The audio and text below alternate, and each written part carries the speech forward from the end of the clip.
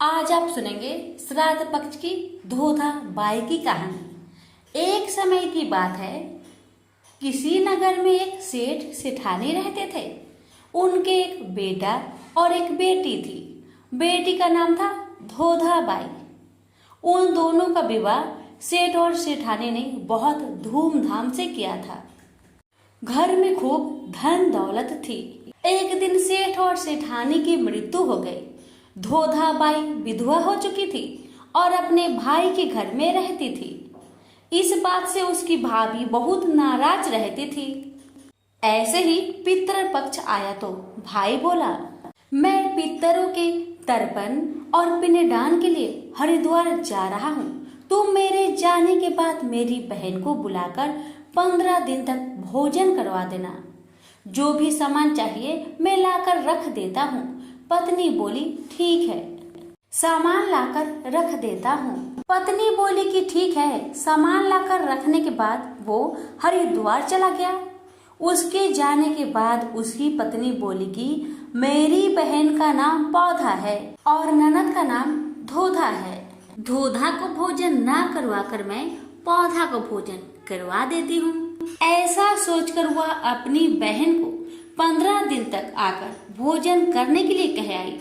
अपनी बहन को खाने के लिए कहने के बाद उसने ननद को घर से बाहर निकाल दिया और बाहर खेत में ननद और उसके बच्चों के लिए झोपड़ी डलवा दी।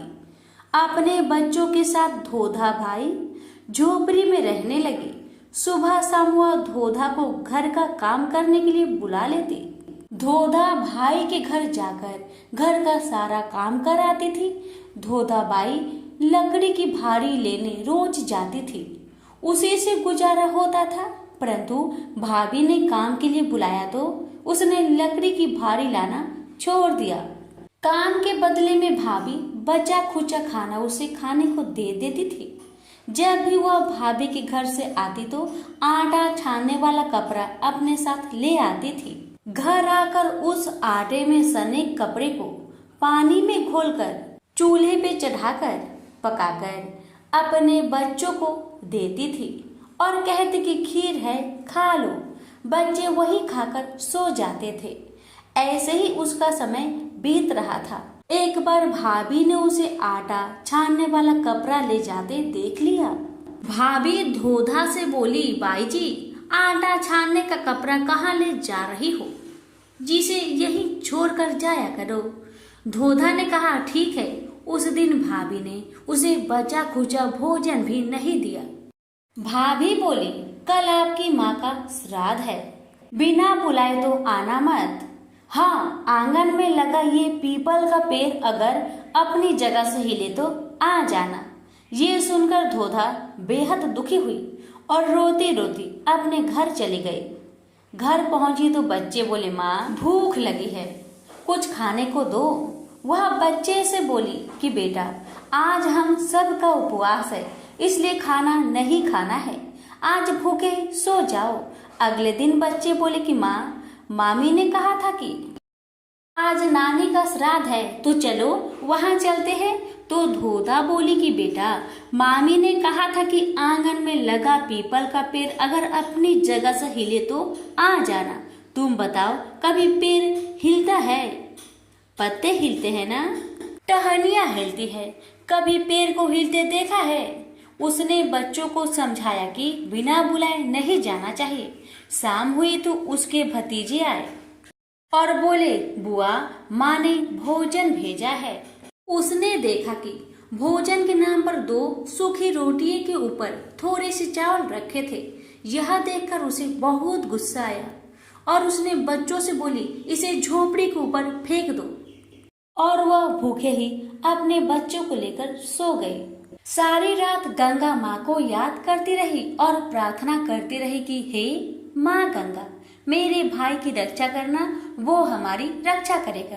अगले दिन फिर भाभी आई और बोली, बाई जी, कल तुम्हारे पिता का श्राद्ध है, बिना बुलाए मत आना, लेकिन आंगन में लगा पीपल का पेड़ हिले तो आ जाना। अगले दिन भी वो भाभी के घर भोजन के लिए नहीं गई। शाम को फिर उसके भतीजे आए और 2 सूखी रोटियां चावल के साथ दे गए।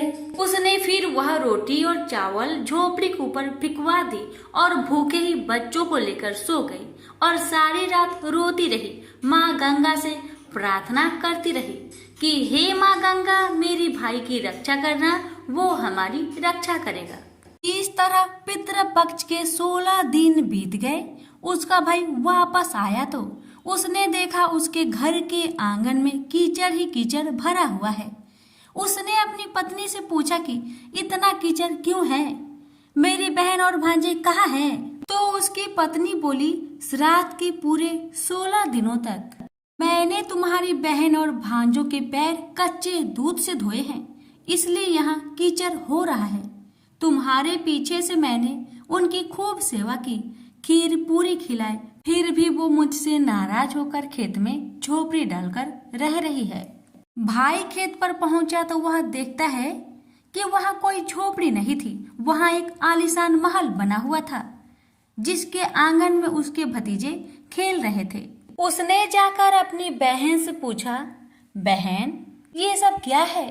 तब उसने अपने भाई को सारी बात बताई और बोली, भाई जो तुम्हारे आंगन में कीचड़ है वो कच्चे दूध से नहीं बल्कि भाभी के व्यवहार से, जो मैं दिन रात रोती थी, उन आंसुओं के पानी से ये कीचड़ हुआ है।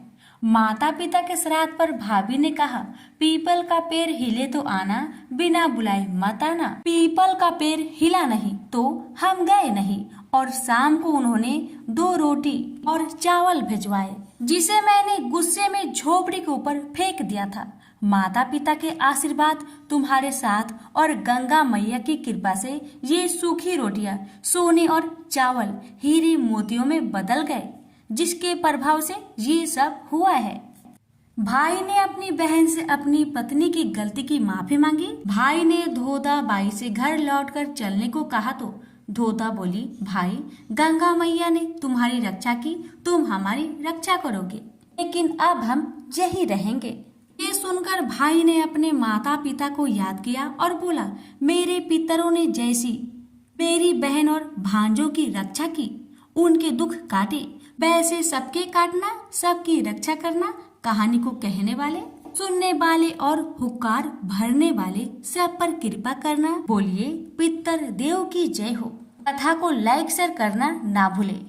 आप सभी का बहुत बहुत धन्यवाद।